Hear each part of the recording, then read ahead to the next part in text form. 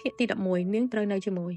យពេលខ្លះនាងក៏ស្អប់ភាពជាអ្នកមានដែលអាចធ្វើអ្វីបានតាមចិត្តត្រូវការចង់បានអ្វីក៏បានស្រួលមកគ្រប់គ្រងនិងរហ័សទាន់ចិត្តនាងរងខ្លួនស្ដោកសម្លឹងមើលអ្នកដែលនាំនាងទៅរៀបការផ្ទៃបន្តនៅឡាវេកាពេលត្រឡប់មកមែនហានតាន់វិញមនុស្សផ្ដាច់ការក៏នាំនាងទៅផ្ទះរបស់គេដំបូងនាងបដិសេធប៉ុន្តែពេលគេប្រាប់ថាឲ្យកូនចៅយកកូនប្រុសទៅទីនោះបើនាងចង់ត្រឡប់ទៅផ្ទះវិញក៏តាមចិត្តទើបនាងត្រូវបង្ខំចិត្តធ្វើដំណើរទៅជាមួយគេបើណាដែលចូលផែនហើយដោយខ្លួនឯងមិនគិតថានឹងបានមកទៀតនៅពេលវេលាមិនដល់2សប្តាហ៍ហើយសួររកកូនប្រុសដោយទឹកមុខក្រមើប៉ុន្តែអេដិនមិនប្រតិបត្តិតាមគេបដិសេធដោយទឹកមុខឌុបស្មើដែលធ្វើឲ្យនាងមានអារម្មណ៍ទាំងខ្លាញ់ទាំងគុំគួននៅក្នុងទ្រូងឲ្យកូននៅជាមួយអ្នកមើលថែសិននាងមកជាមួយខ្ញុំមិនបែកពីកូនជាដាច់ខាតបើណាបញ្ជាក់ដោយទឹកមុខមកមិនព្រមធ្វើតាមតម្រូវការរបស់គេទោះដឹងថាអេដិនចង់និយាយរឿងមួយចំនួនជាមួយខ្លួនក៏ដោយប៉ុន្តែនាងគ្មានអីត្រូវនិយាយជាមួយគេបើចង់និយាយគ្នាគឺបន្ទាប់ពីនាងបានជួបមកកូនសិននាងគំរាមច្រើនពេកបើណែសម្លេងរបស់គេបង្ហាញឲ្យឃើញពីការមួម៉ៅឯកែភ្នែកមុតស្រួយក៏ជ្រប់មើលនាងហាក់ដូចជាចង់ចាប់កំហុសឬកំពុងគិតស្អីគិតថាខ្ញុំបំបែកនាងមួយកូនអញ្ចឹងឬសំណួរទាំងនោះធ្វើឲ្យនាងកំមុំខំបបោមាត់ព្រោះនាងគិតបែបនោះពិតមែននៅពេលដែលត្រូវមើលដោយការដាក់សម្ពាធខ្លាំងពេកទើបព្រមតបដោយសម្ដីគំរោះគំរើយបង្ហាញឲ្យឃើញពីការមិនទុកចិត្តគេអ្នកណាតែដឹងចិត្តលោកមានប្រាក់លោកធ្វើបានគ្រប់យ៉ាងមើលអ្វីដែលគេធ្វើចោះចង់ឲ្យនាងជឿជាក់គេដោយរបៀបណាគេអាចបោកឲ្យនាងមកទីនេះហើយនាំកូនទៅកន្លែងផ្សេងរីរាំងពីអ្នកម្ដាយកូននាងមិនឲ្យជួបគ្នាក៏ថាបានគេបោកនាងគំរាមកំហែងនាងច្រើនរឿងមកហើយធ្វើឲ្យនាងមិនជឿជាក់គេតទៅទៀតអេដិនដកដង្ហើមធំដោយទឹកមុខនឿយណាយគេចង់ស្ដីបន្ទោសការប្រុងប្រយ័ត្នមិនទំនងរបស់នាងប៉ុន្តែគេមើលកែវភ្នែកមូខ្លំដែលមានការភ័យខ្លាចក៏ដកដង្ហើមធំជាយានធ្វើចិត្តឲ្យត្រជាក់មិនរំទុះកំហឹងដាក់មនុស្សល្ងងខ្ញុំមិនចង់ឆ្លោះនាងទេបណ្ណាខ្ញុំក៏មិនចង់ឆ្លោះជាមួយនឹងលោកដែរនាងត្បូនមកវិញដោយសម្ដីរងកំព្រឹសបញ្ជាក់ថាអ្នកដែលរករឿងឆ្លោះមិនមែនជានាងតែជាគេទៅវិញជាលើកដំបូងដែលយើងយល់ដូចគ្នាតែយ៉ាងណាក៏ខ្ញុំមិនបែកពីកូនជាដាច់ខាតបណ្ណាអេដិនបានតែមើលអ្នកនៅចំពោះមុខដោយការរអាចិត្តនិងឃើញភាពរឹងទទឹងរបស់នាងហើយក៏ពិចារណាថាគេគួរតែប្រើធម៌ត្រជាក់ដាក់នាងឬអត់លោកកុំបង្កប់បង្ខំខ្ញុំពេកអូខេចាំខ្ញុំឲ្យកូនមកជួបនាងហើយនាងទៅជួបបងប្រុសតែពេលនិយាយជាមួយវាត្រូវឲ្យកូននៅជាមួយខ្ញុំអ្នកកំឡោះដាក់លក្ខខណ្ឌគេគិតថាបើណាជួបអមសិននោះហើយការសន្ទនារវាងបងប្រុសប្រហែលមិនពិរោះដែលក្មេងអាយុ4ឆ្នាំស្ដាប់បានខ្ញុំនាងរីរ៉េតែអ្នកកំឡោះក៏មិនព្រមចាញ់នាងចង់ឲ្យកូនឃើញសភាពបងប្រុសរបស់ខ្លួនលោកនាំខ្ញុំទៅជួបភេទមែនឬមែន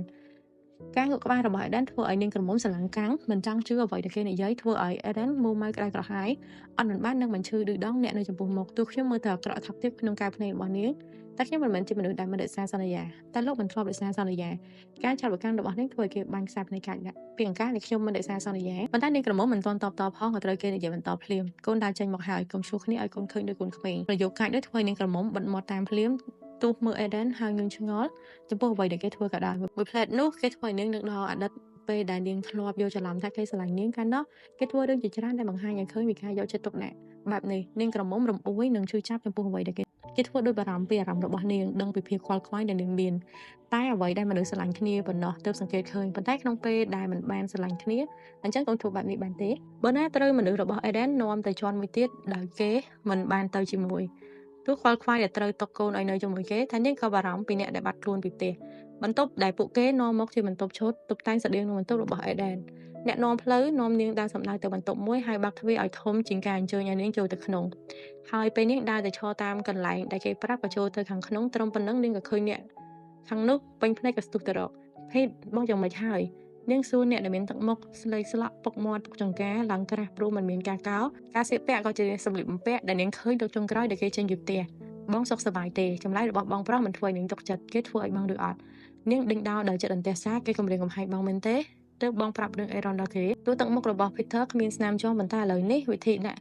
់តនកម្មមនុស្សដែលធ្វើឲ្យទំនងបំផុតនិងមិនបន្សល់ទុកស្នាមមានច្រើនវិធី Peter អាចឈឺក្រំក្នុងក៏ថាបានគ្មានទេបងប្រុសក៏វិដៃគណៈដៃសម្លឹងមើលនាងដោយដឹងកំហុសនាងធ្ងន់ធ្ងរបេះដូងដូចដាច់ចេញពីតងបងប្រុសតែងតែមានទឹកមុខនឹងរឹកពាក្យបែបនេះជានិច្ចពេលដែលគេធ្វើខុសហើយគេក៏ដឹងខ្លួនថាខុសឬថារឿងរបស់អេរ៉ុនមិនត្រូវបានគេគំរាមនាងមើលគេហាក់ដូចចង់សួរនឹងប្រុងប្រយ័ត្នដែលភេទក៏សារភាពភ្លាមសុំទៅបងមិនដឹងថានិយាយយ៉ាងណាទៅល្អតែបងគាត់ថាបងធ្វើនៅរឿងដែលល្អបំផុតសម្រាប់ប្អូនទៅបងប្រាប់រឿងអេរ៉ានដល់គេភេទទឹកមុខរបស់អ្នកស្ដាប់ទៅជាស្នេកស្លាំងបបោមាត់ញ័រទៅត្រឹងតែភ្នែកមានពន្លឺរំជួយចិត្តដោយសារត្រូវក្បត់បងមិនចង់ឲ្យឯងលំបាកទៀតអេរ៉ុនកាន់តែធំឯងកាន់តែលំបាកជាងនេះឯងចិញ្ចឹមកូនម្នាក់ឯងមិនរស់ទេពេតើនិយាយហាក់ដូចធ ធ្ងន់ធ្ងរឲ្យនាងមើលឃើញថាគេបានធ្វើអ្វីដែលត្រឹមត្រូវសម្រាប់នាងហើយមិនមែនខ្ញុំទេឬដែលចិញ្ចឹមកូនតែម្នាក់ឯងអស់រយៈពេល5ឆ្នាំកន្លងមក